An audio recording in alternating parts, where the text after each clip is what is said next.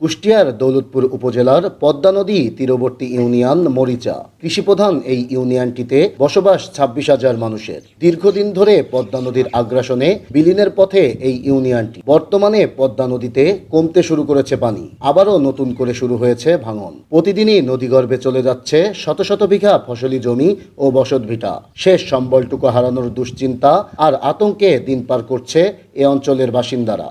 এই নদী যদি এভাবে ভাঙতে থাকে, আমাদের বাড়ি ঘর জমি জায়গা সব নদীর ভিতরে চলে গেছে। আমরা আবাদ বিনিয়োগ করতে পারছি না ঠিক মতন, বাঁধটা ঠিক মতন দেওয়া হয়নি। এর আগে এই পদক্ষেপ যদি সরকার গ্রহণ করে তাহলে আমরা অনেক উপকৃত হই। নদী ভাঙনের কারণে আমাদের ঘর বাড়ির সমস্যা এবং আমাদের মাঠঘাটগুলো সব হারা যাচ্ছে।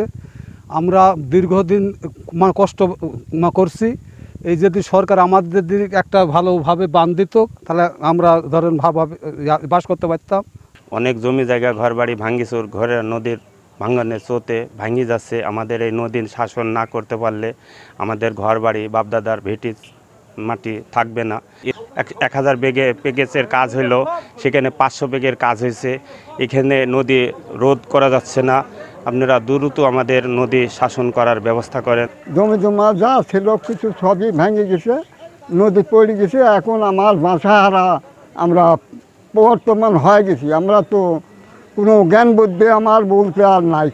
স্থানীয়দের অভিযোগ, দীর্ঘদিন ধরে নদী শাসনের নামে তাদের সাথে চলছে তামাশা। ভাঙন রোধে পানি উন্নয়ন বোর্ড লোক দেখানো কিছু পদক্ষেপ নিলেও তা কোনো কাজেই আসে না তাদের। সরকারের বরাদ্দের মোটা একটি অংশই চলে যায় ঠিকাদারদের পকেটে। তাই বারবার সংস্কার নয়, ভাঙনপ্রবণ এলাকায় স্থায়ী বাঁধ নির্মাণের দাবি তাদের। জল সন্তরাশি সে এর আগে দীর্ঘদিন এর আগে অনেক কাজ আসছে। সে 2000 বস্তার কাজ আসলে 200 বস্তা ফেলে এভাবে দুর্নীতি করে।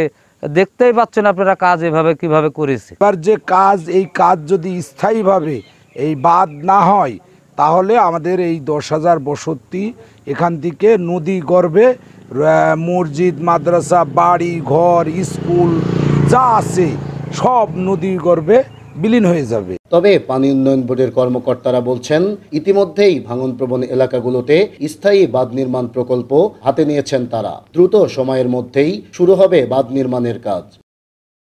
ইতিপূর্বে আমরা যেসব জায়গায় খুব মারাত্মক ভাঙন সংঘটিত হয় সেসব জায়গাটাতে আমরা জিওব্যাগ ডাম্পিং করে সম্প্রতি সময়ে আমাদের এই এলাকাগুলোতে স্থায়ী প্রতিরক্ষামূলক কাজ বাস্তবায়নের নিমিত্তে।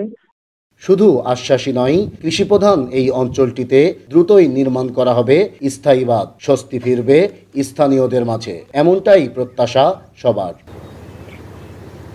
নাহিদ হাসান তিতাস, দেশ টিভি, কুষ্টিয়া।